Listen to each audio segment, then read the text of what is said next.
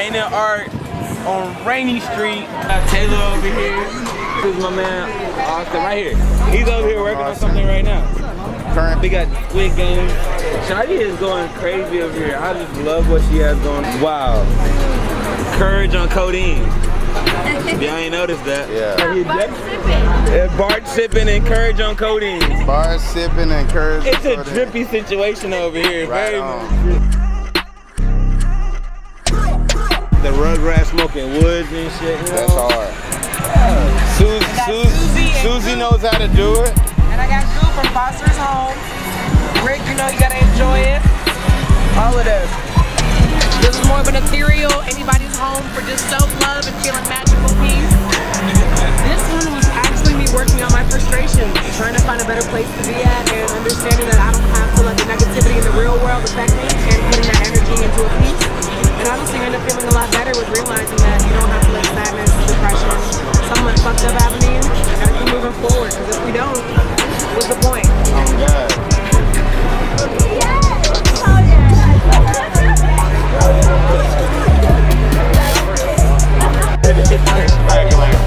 Like this is already hard as bro, it's hard. Oh, that looks so tough together.